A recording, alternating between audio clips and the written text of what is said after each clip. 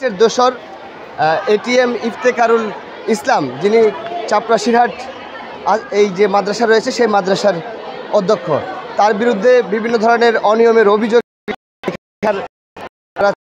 রয়েছে।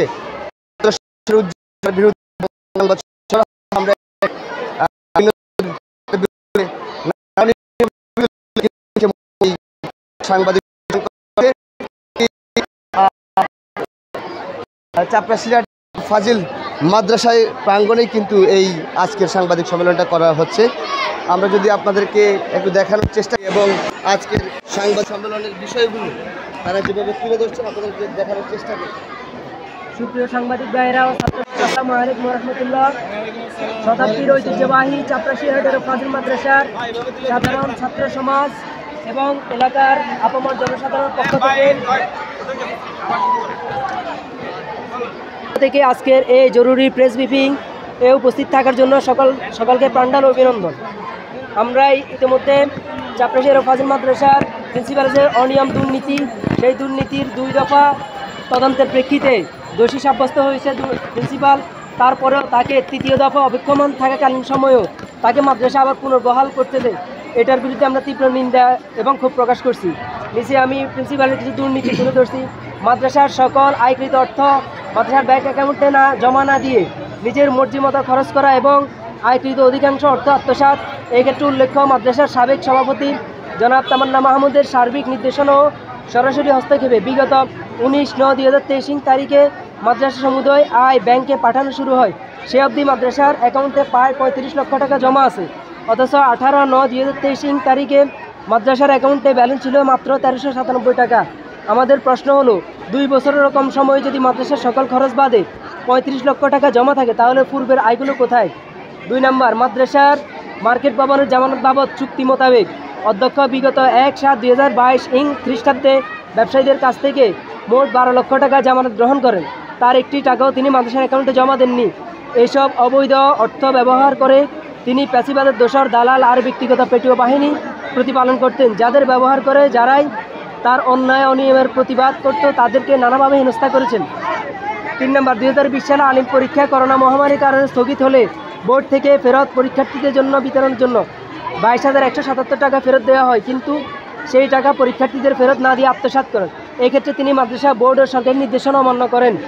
মাদ্রাসার মার্কেট ভবনের 4র্থ তলায় 2022 সালে একটি শ্রেণীকক্ষ নির্মিত হয়। উক্ত নির্মাণ কাজে ব্যয় ধরা হয়েছে 4,42,000 টাকা, অথচ নির্মাণ কাজের জন্য তিনি কোনো টেন্ডার আহ্বান করেননি, এমনকি কোনো বাউচার পর্যন্ত উপস্থাপন করেননি। পরে অডিট কমিটি বিষয়টি সামনে আনলে কতগুলো ভুয়া বাউচার উপস্থাপন করেন। দোকানিদেরকে ভয়ভীতি দেখিয়ে তাদের কাছ থেকে ফাঁকা বাউচার ব্যবহার করে এবং ইচ্ছেমতো টাকার অঙ্ক বসিয়ে মিলিয়ে দেন।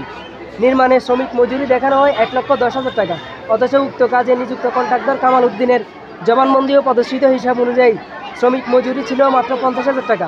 উপবৃত্তির টিউশন ফির জন্য অগ্রণী ব্যাংক দত্তেরহাট শাখায় মাদ্রাসার নামে অ্যাকাউন্টটি অধ্যক্ষ একক স্বাক্ষরে পরিচালনা করতেন এবং সরকার প্রদত্ত অর্থ মাদ্রাসা মূল অ্যাকাউন্টে জমা না করে দীর্ঘদিন পর্যন্ত একাই সেগুলি আত্মসাৎ করেছেন। বিগত 12/1/2023 তারিখে অধ্যক্ষ তার নিজ পুত্র মোহাম্মদ তানভীর ইসলামের ইসলাম ব্যাংক মেজদি কোর্ট শাখা অ্যাকাউন্টে চেকের মাধ্যমে 1 লক্ষ টাকা এবং একই অ্যাকাউন্টে 2/2/2023 তারিখে চেকের মাধ্যমে 2,50,000 টাকা অনলাইনে ট্রান্সফার করেন।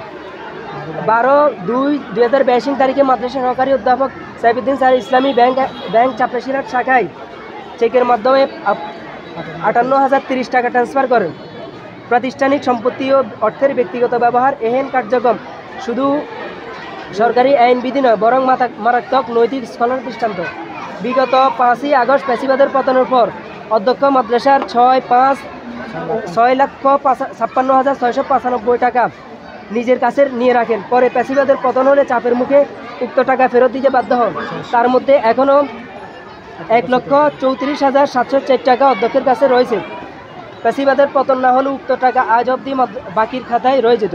আমাদের প্রেস রিলিজে আরও কিছু দাবি এবং তার বিরুদ্ধে অনিয়ম এগুলো উপস্থাপন করা আছে। আপনারা সাংবাদিক ভাইদের মাধ্যমে সেগুলো ইতিমধ্যে জানতে পারবেন। আর আমরা আমাদের আগামীকালকের কর্মসূচি এখান থেকে ঘোষণা করছি। আমরা আমাদের কাছে অবগত আছি প্রিন্সিপাল আগামীকালকে যে কোনো মূল্যে মাদ্রাসায় আসবে। এই জন্য আগামীকাল থেকে মাদ্রাসায় সকল ধরনের শ্রেণী কার্যক্রম, পরীক্ষা কার্যক্রম, সকল ধরনের অফিস কার্যক্রম আগামীকাল থেকে অনির্দিষ্টকালের জন্য বন্ধ ঘোষণা করা হবে। সবাইকে ধন্যবাদ। আসসালামু আলাইকুম রহমতুল্লাহ।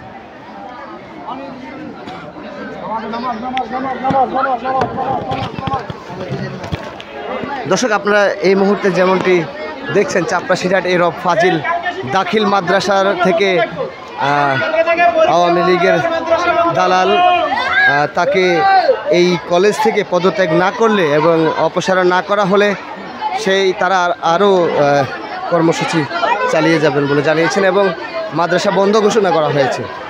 দর্শক, এই মুহূর্তে গণমাধ্যম 24 ফেসবুক পেজ এবং ইউটিউব চ্যানেল থেকে যারা দেখছেন অবশ্যই পেজটি ফলো করে চ্যানেলটি সাবস্ক্রাইব করে আমাদের সঙ্গে যুক্ত থাকবেন। আমাদের সঙ্গে যুক্ত থাকার জন্য আপনাদেরকে অসংখ্য ধন্যবাদ।